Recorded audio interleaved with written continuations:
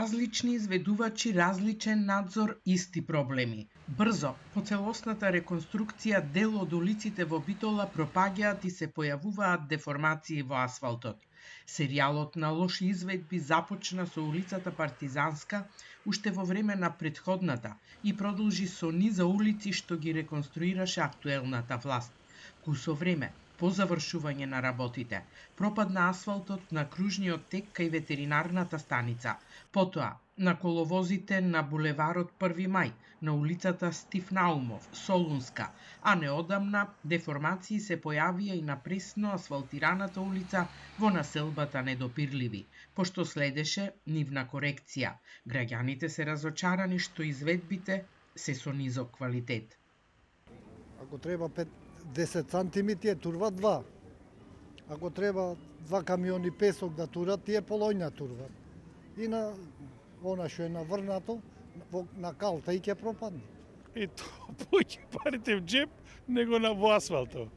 На Васко Карангелевски живеам. Тротоарот ни го правија. Меѓутоа гледам, посматрам, нема 5 сантими асфалт. Да е направено нешто трајно, не денес да го правиме, утре да го преправаме. Оваа тема беше отворена и на комисиската расправа за финансии и буџет во Општинскиот совет, а од службите на Општината велат дека корекциите одат на сметка на изведувачите. Сите објекти улици досега надзорот направил грешка, да ви кажам.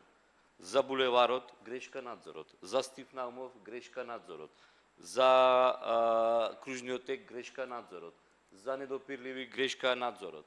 Да ви ги редам сите со ред треба. Значи не сакам генерално да излези дека ние сите кривици ги префрламе врз надзорот.